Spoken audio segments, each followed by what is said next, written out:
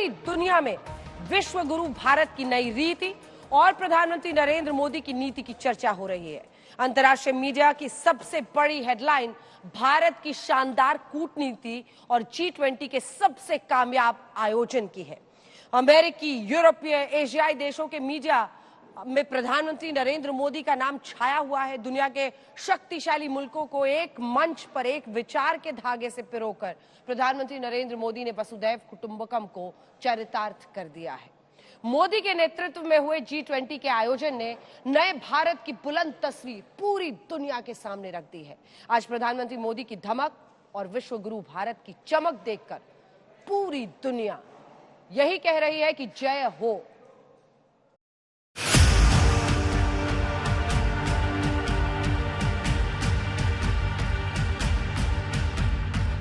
आज हम सब ने एक महत्वपूर्ण और ऐतिहासिक समझौता संपन्न होते हुए देखा है। One family, one future. That's the focus of this G20 summit. I would like to thank very much to Prime Minister Modi and to thank to the Indian people. We are one earth, one family, and we share one future. G20 has been a huge success for India. India is the right country at the right time to be hosting this. आने वाले समय में यह भारत, पश्चिम Asia और Europe के बीच economic integration का प्रभावी माध्यम होगा।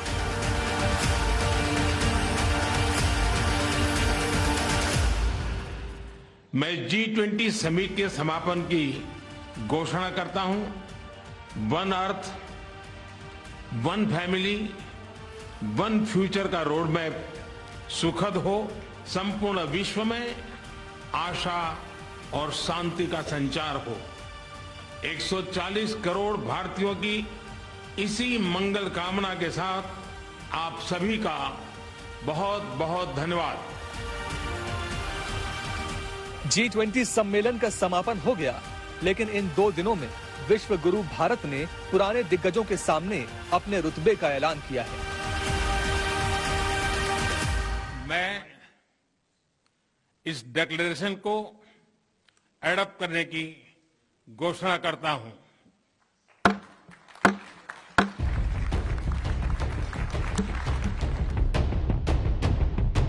चंद्रमा के दक्षिणी ध्रुव पर पहुंचने वाले इकलौते देश ने पृथ्वी पर एक धरती, एक परिवार, एक भविष्य के सपने को जिंदा किया है। सबका साथ, सबका विकास, सबका विश्वास, सबका प्रयास का मंत्र हम सभी के लिए एक पथ प्रदर्शक बन सकता है। Sustainable, resilient infrastructure, making quality infrastructure investments, and creating a better future. A future of that presents greater opportunity, dignity, and prosperity for everyone. विकसित और गरीब देशों के बीच प्रगतिशील भारत ने जिस पुल का निर्माण किया है, उसने तरक्की की राहें खोलकर वसुधैव कुटुंबकम के सिद्धांत को सच बना दिया है। मैं अफ्रीकन यूनियन के अध्यक्ष को G20 के स्थायी सदस्य के रूप में अपना स्थान ग्रहण करने के लिए आमंत्रित करता हूं। दुनिया के सबसे बड़े लीडर भारत की मेहमान नवाजी के जरिए अतिथि देवो भव के खुद गवाह बने। G20 के इतिहास में भारत की अध्यक्षता अब तक की सर्वश्रेष्ठ मानी जा रही है। आंकड़े खुद इस बात की तस्दीक कर रहे हैं। पिछले G20 सम्मेलनों से तुलना करें तो इस बार भारत की अध्यक्षता में 112 आउटकम या डॉक्यूमेंट्स पर सहमति बनी। इससे पहले 2017 में 60 आउटकम ही निकले थे। इस साल 73 परिणाम दस्तावेज यानी आउटकम डॉक्यूमेंट्स हैं, जो सदस्य देशों के मंत्रियों की ओर से बीते महीनों में देश के अलग अलग शहरों में हुई बैठकों में बनी सहमति पर तैयार हुए हैं। इन्हें लाइन ऑफ एफर्ट दस्तावेज कहते हैं। वहीं 39 संलग्न दस्तावेज हैं, जिन्हें अध्यक्षीय दस्तावेज कहा जाता है। This has been the most ambitious presidency in G20's history ever, because the number of outcomes it has, both the outcomes and the annex documents, are about 112, which is more than 2.5 times which has ever been achieved before. G20 conclave की सफलता का श्रेय संपूर्ण भारत की है और उसकी नेता देश की लोकप्रिय प्रधानमंत्री नरेंद्र मोदी जी का है। दुनिया भारत की ओर देख रही है क्योंकि ये एक नए वर्ल्ड ऑर्डर का गठन है। भारत की पहल पर अफ्रीकन यूनियन को G20 के स्थायी सदस्य के तौर पर मान्यता मिली। मिडिल ईस्ट और यूरोपियन यूनियन को जोड़ते हुए एक रेल और शिपिंग नेटवर्क का ऐलान किया गया और सबसे बड़ी बात, पहले ही दिन दिल्ली घोषणा पत्र के सभी बिंदुओं पर सभी देशों की पूर्ण सहमति प्राप्त हुई। G20 में भारत की अध्यक्षता में हुए कार्यक्रम की सफलता का अंदाजा इसी बात से लगाया जा सकता है कि पिछले 5 साल में जितने भी सम्मेलन हुए हैं, उन सब के मुकाबले भारत में हुआ G20 सम्मेलन कई गुना बेहतर रहा है। प्रधानमंत्री जी, आपको बहुत बधाई। आप कुछ बोलेंगे प्रधानमंत्री जी? सबका धन्यवाद, सबका धन्यवाद। प्रधानमंत्री जी, आपको बहुत बधाई। आप कुछ बोलेंगे प्रधानमंत्री जी? सबका धन्यवाद, सबका धन्यवाद। चलिए आपको बताते हैं कि G20 शिखर सम्मेलन से भारत को और भारत के जरिए दूसरे सदस्य देशों को क्या हासिल हुआ।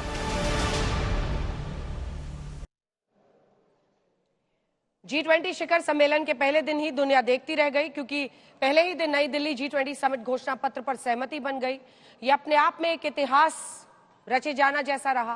प्रधानमंत्री मोदी ने कहा कि सदस्य देशों के बीच सहमति के साथ G20 ने नई दिल्ली लीडर समिट डिक्लेरेशन को अपनाया है। अब आपको बताते हैं नई दिल्ली डिक्लेरेशन क्या है, इतना अहम क्यों है।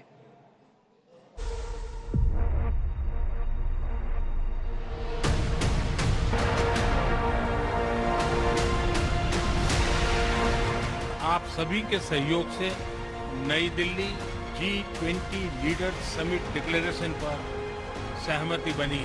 मैं इस डिक्लेरेशन को एडॉप्ट करने की घोषणा करता हूं।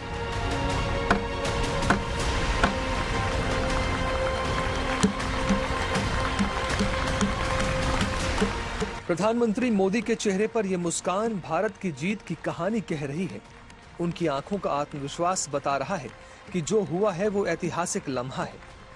G20 समिट के पहले ही दिन सभी देशों ने दिल्ली लीडर्स समिट डिक्लेरेशन को अपना लिया है। All those 8 paras have 100% acceptance. All countries have unanimously supported the New Delhi Leaders Declaration.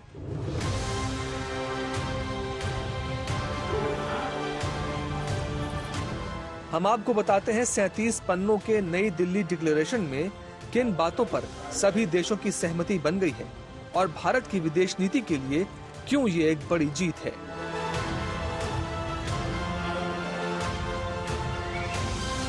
घोषणा पत्र में ईज ऑफ डूइंग बिजनेस को बढ़ावा देने का संकल्प लिया गया। यूक्रेन जंग पर सभी देशों को संयुक्त राष्ट्र चार्टर के उद्देश्यों और सिद्धांतों के अनुरूप कार्य करने पर जोर दिया गया। परमाणु हथियारों का इस्तेमाल या धमकी देना अस्वीकार्य माना गया।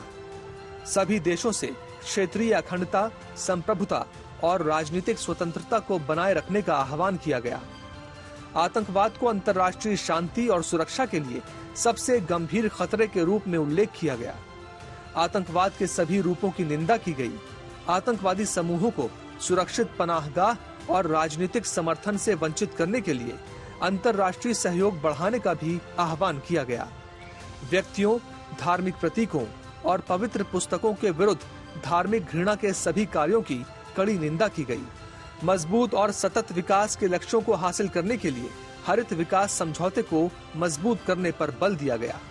जाम्बिया, घाना और श्रीलंका जैसे विकासशील देशों की प्राथमिकताओं और जरूरतों पर ध्यान देने पर आम सहमति बनी। सभी महिलाओं और बालिकाओं पर जलवायु परिवर्तन के प्रतिकूल प्रभाव को स्वीकार करते हुए लैंगिक समानता पर बल देने की बात की गई। छोटे और हल्के हथियारों की अवैध तस्करी के बारे में चिंता व्यक्त की गई। फाइनेंशियल एक्शन टास्क फोर्स जैसी संस्थाओं की बढ़ती जरूरतों को पूरा करने की भी प्रतिबद्धता जताई गई। पूरे विश्व में प्रधानमंत्री नरेंद्र मोदी जी के नेतृत्व के ऊपर विश्वास बढ़ा है और इससे मुझे लगता है भारत का परचम पूरे विश्व में भी और लहराएगा। भारत की विश्वसनीयता पूरे विश्व में बढ़ी है। प्रधानमंत्री नरेंद्र मोदी जी की लोकप्रियता भी भारत में भी और पूरे विश्व में और तेज गति से बढ़ते जा रही है।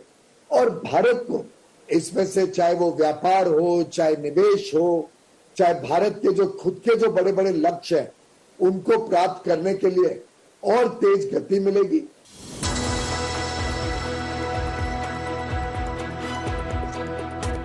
सूत्रों के अनुसार नई दिल्ली घोषणा पत्र पर रूस यूक्रेन युद्ध से संबंधित मुद्दों पर आम सहमति नहीं बन पा रही थी, लेकिन भारत की मेहनत से सभी पक्षों में सहमति बन पाई। कोविड-19 के बाद विश्व में एक बहुत बड़ा संकट विश्वास के अभाव का आया है। युद्ध ने इस ट्रस्ट डेफिसिट को और गहरा किया है। जब हम कोविड को हरा सकते हैं तो हम आपसी विश्वास पर आए इस संकट पर भी विजय प्राप्त कर सकते हैं।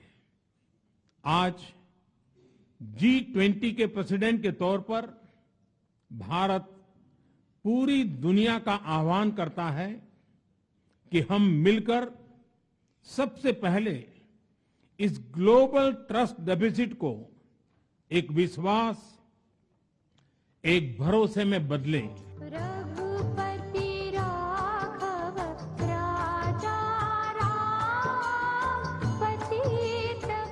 दरअसल G20 सर्वसम्मति के सिद्धांत के तहत कार्य करता है। रूस और चीन दोनों बाली घोषणा पत्र में यूक्रेन संघर्ष को लेकर 2 पैराग्राफ पर सहमत हुए थे, लेकिन इस साल वो इससे पीछे हट गए, जिससे भारत के लिए मुश्किलें पैदा हो गई। लेकिन भारत की कोशिशों की बदौलत आखिरकार रजामंदी बन गई।